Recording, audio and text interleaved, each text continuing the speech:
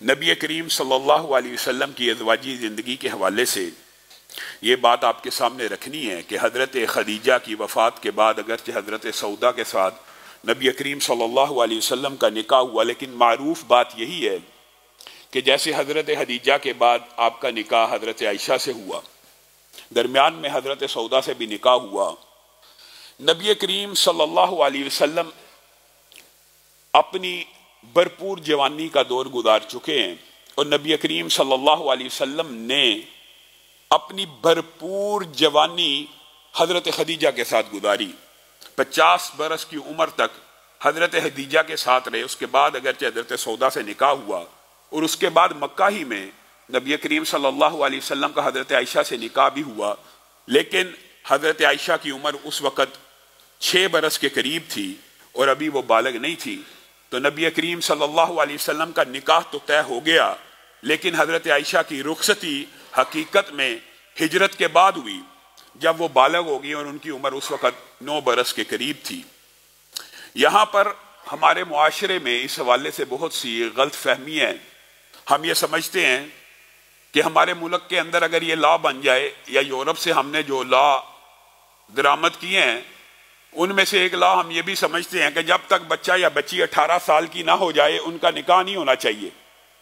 ये अकल और मंतक के भी अजीबो गरीब खिलाफ बात है कि 17 साल और 300 दिन तक जो बच्चा निकाह के काबिल नहीं है, बच्ची निकाह के काबिल नहीं है, अचानक 18 साल एक दिन में वो कौन सी इनकलाबी तब्दीली आ जाती है कि बच्चा और बच्ची निकाह के काबिल हो जाते हैं।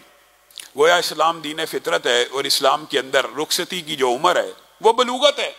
गोया इसका ताल्लुक सलाहियत से है और इसका ताल्लुक इस्तेदाद से है। अगर एक बच्चा 13, 14, 15 साल की उम्र में बालग हो गया और बच्ची 15 साल की उम्र में बालग हो गई है, 14 साल की उम्र में बालग हो गई है, तो उसके निकाह के ऊपर शरई तौर के ऊपर कोई भी कबाहत या हरज की बात नहीं है। और ये निकाह सहाबा से आपको पता है, जब कम उम्री की शादी का बिल अल्लाह का शुक्र है वो भी पेंड हो गया और इस्लामी नजरियाती कौंसिल ने उसके ऊपर भी एक्शन लिया। आपके सामने मुतअद्दिद सहाबा के वाकयात रखे थे और मशहूर सहाबा के ऐसे हैं कि जिनमें बाप और बेटे का फर्क, अब्दुल्ला बिन अमर बिन अल आस जो हैं, आपको पता है इन बाप बेटे का फर्क सिर्फ 11 बरस का है। यानी 11 बरस का बाप था, निकाह किया तो बच्चा हुआ तो ही 11 बरस का फासला हुआ। तो गोया ये तो हालस्तन इस्तेदाद के साथ ताल्लुक है। और इस हवाले से खास तौर पे मगरब ने रसूलुल्लाह सल्लल्लाहु अलैहि वसल्लम की जात के ऊपर नुक्ताचीनी भी की है। आप खुद ईमानदारी से बताइए, वो नबी रहमत जिसकी इस्मत और पकीजगी ऐसी है कि 53 बरस तक, 50 बरस हजरत खदीजा के साथ पूरी जवानी तो 25 बरस से लेके 50 बरस तक तो एक उधेड़ उम्र औरत के साथ गुजार दी। उस नबी के ऊपर यह एतराज किया जाता है कि इन्होंने इतनी शादियां की। अगर नबी करीम सल्लल्लाहु अलैहि वसल्लम का मकसद जो वो बयान करते हैं नाउज़ु बिल्लाह होता तो आप जवानी में वो शादियां कर लेते। हजरत आयशा के साथ नबी करीम सल्लल्लाहु अलैहि वसल्लम का जो निकाह है ये बुनियादी तौर पर नबी करीम सल्लल्लाहु अलैहि वसल्लम की ख्वाहिश पर भी नहीं, ये अल्लाह रब्बुल इज़्ज़त के हुक्म पर हुआ। ये नबी करीम सल्लल्लाहु अलैहि वसल्लम की ख्वाहिश पे नहीं, अल्लाह के हुक्म पे हुआ। वाकया ये है कि नबी करीम सल्लल्लाहु अलैहि वसल्लम ने ख्वाब देखा, एक फरिश्ता आपको रेशम में एक चीज दिखला रहा है। नबी करीम सल्लल्लाहु अलैहि वसल्लम ने उस रेशम का कपड़ा उठाया, आप देख के हैरान रह गए कि हजरत आयशा उस रेशम के टुकड़े में लिपटी हुई है। नबी थे, ख्वाब की हकीकत जानते थे, उनको अंदाजा हो गया कि अल्लाह रब्बुल इज्जत मुझे इस आयशा के साथ निकाह का हुक्म दे रहे हैं। और ये बात भी याद रखिए, हजरत आयशा के साथ निकाह की जो बहुत सी हिकमतें हैं उनमें से 2 बातें ये अहम हैं। वैसे तो ये एक लंबा चौड़ा तफसीली मौदू है, उनमें से 2 हिकमतें इंशाअल्लाह कभी मौका मिला तो सीरत सैयदा आयशा के ऊपर तफसीली गुजारिशात को आपके सामने रखेंगे। लेकिन 2 बातें आपने जहन में रखनी है। एक तो हजरत आयशा के साथ निकाह की जो हिकमत और इल्लत थी वो ये थी कि नबूवत और खिलाफत का ताल्लुक मजबूत कर दिया जाए, नबूवत और खिलाफत का ताल्लुक मजबूत कर दिया जाए। और दूसरी इल्लत ये थी कि नबी करीम सल्लल्लाहु अलैहि वसल्लम के घरेलू मामलात और उम्मत के लिए नबी करीम सल्लल्लाहु अलैहि वसल्लम की जो पूरी की पूरी जिंदगी नमूना है उसको बयान किसने करना था। वो घर के शबो रोज वो रात की तरीकी, वो रात की तन्हाई, वो नबी करीम सल्लल्लाहु अलैहि वसल्लम का ज़ारो कितार रोना, वो गिड़गिड़ाना, वो नबी करीम का उठना बैठना, रातों को दिन में घरों के अंदर।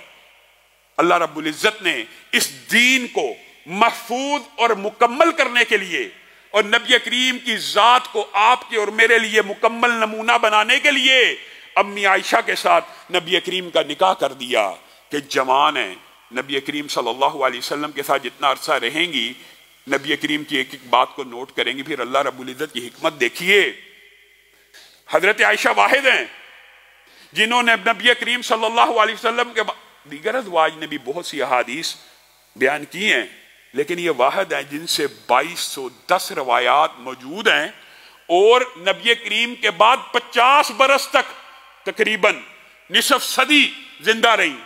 गोया अल्लाह रब्बुल इज़्ज़त ने नबी करीम सल्लल्लाहु अलैहि वसल्लम की जिंदगी का कोई गोशा, कोई तन्हाई भी उम्मत तक जो पहुंचाना मकसूद थी वो रहने नहीं दी। और यही दो बड़ी वजूहात हैं इस निकाह की।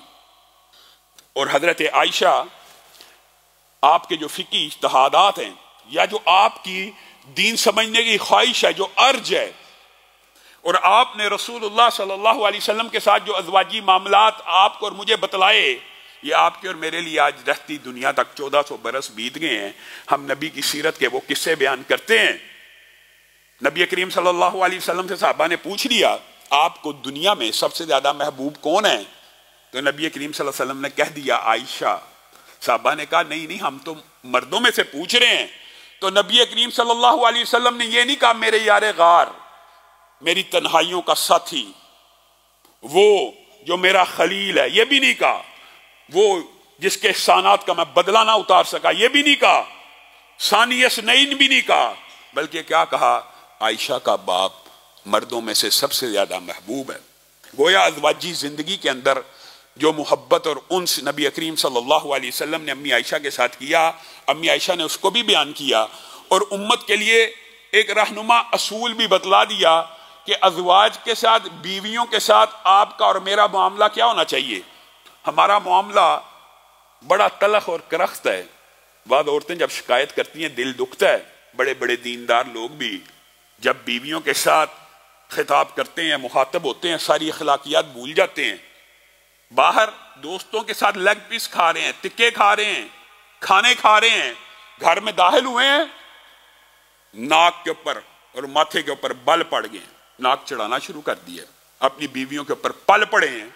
बाहर तू कहकहे लगा रहा है, वो घर जो कहकहे लगाने का मकाम है, जिसका कहकहा लगाना, जहां पे हंसना, जहां पे दाद रसी करना, यहां पे दिल लगी करना, जहां पे मुंह में लुकमा डालना, सारे का सारा बाइस अजर सवाब है, वहां तेरा गुस्सा चलता है।